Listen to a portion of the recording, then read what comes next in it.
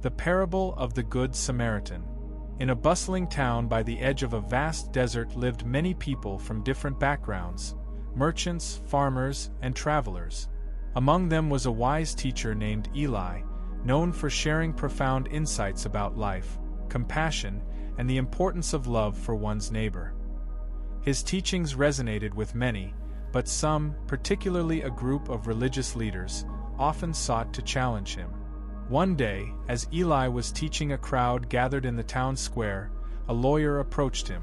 This lawyer was well versed in the law and had a reputation for being strict in his interpretations.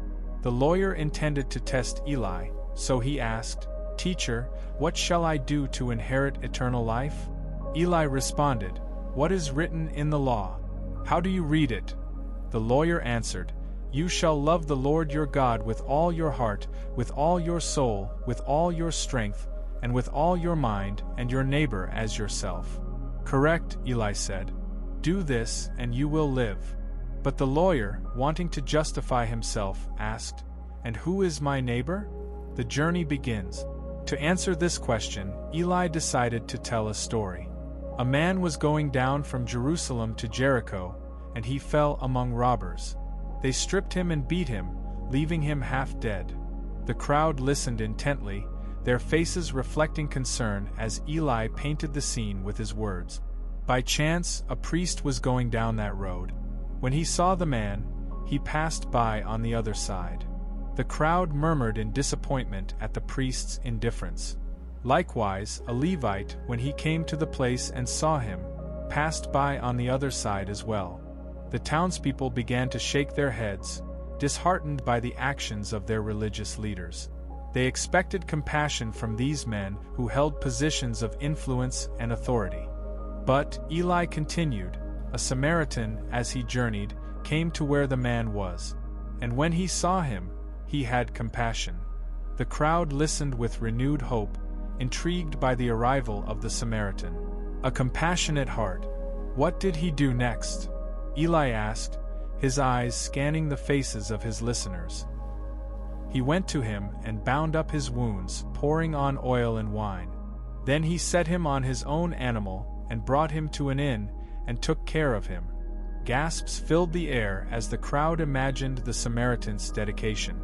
The next day, he took out 2 denarii and gave them to the innkeeper, saying, "Take care of him, and whatever more you spend, I will repay you when I come back." Eli paused for a moment, allowing the weight of the story to settle in the hearts of his audience.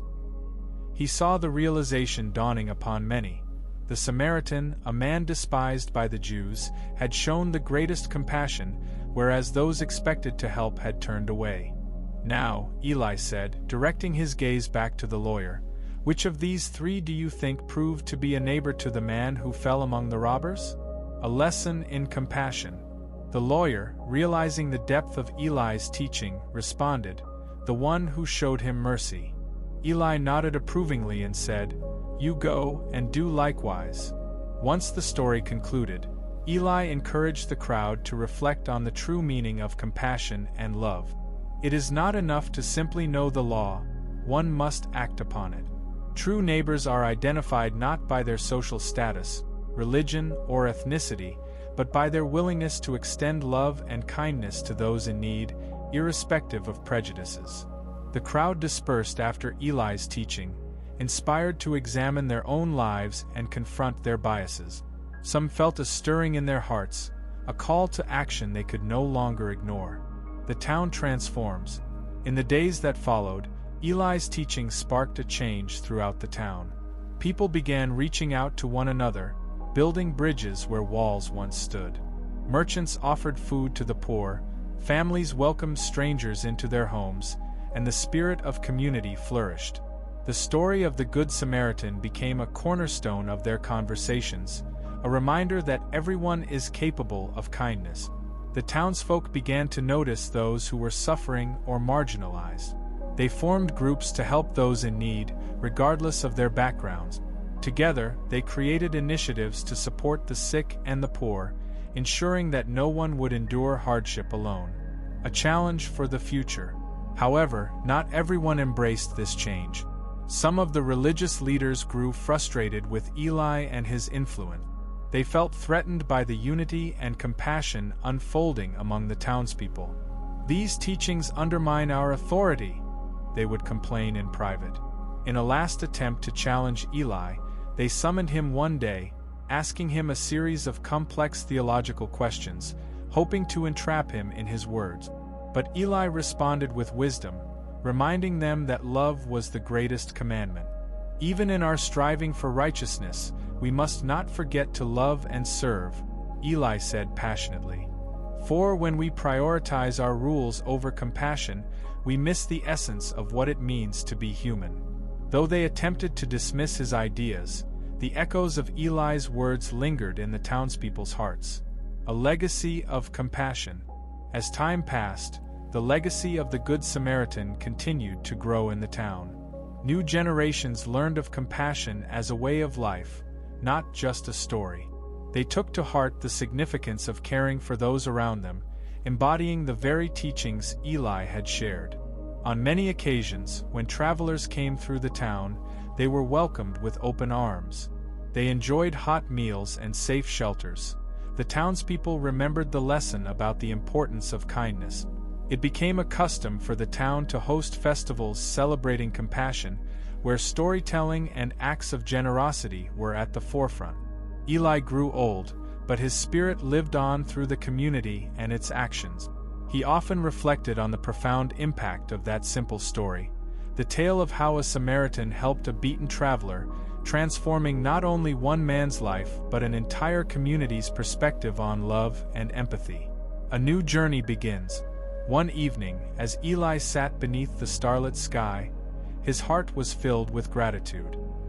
He knew that the message of the Good Samaritan had taken root, evolving into a movement of compassion transcending borders and barriers. Eli understood that love knows no boundaries and that every act of kindness contributes to the greater tapestry of humanity. As he shared his vision, he realized this parable was not just a story meant for his time, but a timeless message that would inspire countless others in seeking to build a world rooted in love and acceptance. Years later, even after Eli had passed, travelers spoke of the wise teacher and the powerful story that spread throughout the land. The village became known as a sanctuary of hope and compassion, a place where everyone was treated as neighbors, embodying the spirit of the Good Samaritan. The enduring message, and so, the parable of the Good Samaritan spread beyond the confines of the town. It found life in the hearts of individuals across generations.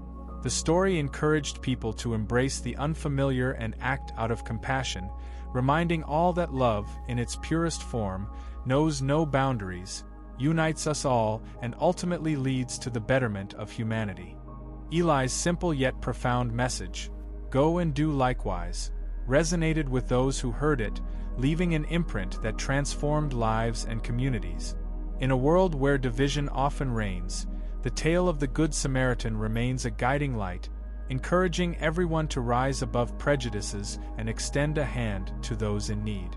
Through this legacy, the spirit of compassion thrived, teaching all that true greatness lies not in their titles or positions, but in their willingness to love and serve those around them.